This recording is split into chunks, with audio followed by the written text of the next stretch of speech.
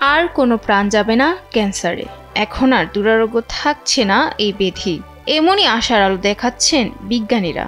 ক্যান্সারের সম্ভাব্য প্রতিষেধক আবিষ্কারের পর প্রথমবারের মতো তা পরীক্ষামূলকভাবে রোগীর দেহে প্রয়োগ করা শুরু করেছেন তারা।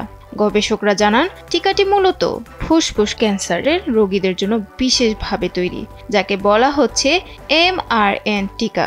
এর মধ্যে হাজার হাজার মানুষের জীবন রক্ষার যুগান্তকারী সম্ভাবনা দেখাচ্ছেন বিশেষজ্ঞরা।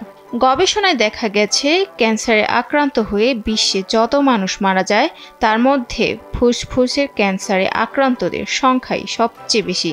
প্রতি বছর প্রায় 18 লাখ মানুষ মারা যায় এই ক্যান্সারে। Redmi 13 স্টাইল বানাই দুনিয়া কাঁপায়। ফুসফুসের ক্যান্সারে টিউমার ছড়িয়ে পড়া রোগীদের বাঁচার হার একেবারেই কম। গবেষকরা জানান, তারা পরীক্ষামূলকভাবে যে টিকা দিচ্ছেন সেটি ক্যান্সার কোষকে আক্রমণ করবে এবং ফিরে আসাও প্রতিরোধ করবে। বহুল আলোচিত এই টিকার নাম দেওয়া হয়েছে BNT116। এটি তৈরি করছে জার্মান ঔষধ প্রযুক্তি কোম্পানি বায়োএনটেক। গবেষকরা আরও জানান, এই টিকার লক্ষ্য ক্যান্সারের বিরুদ্ধে শরীরের রোগ প্রতিরোধ ক্ষমতাকে আরও বাড়িয়ে তোলা।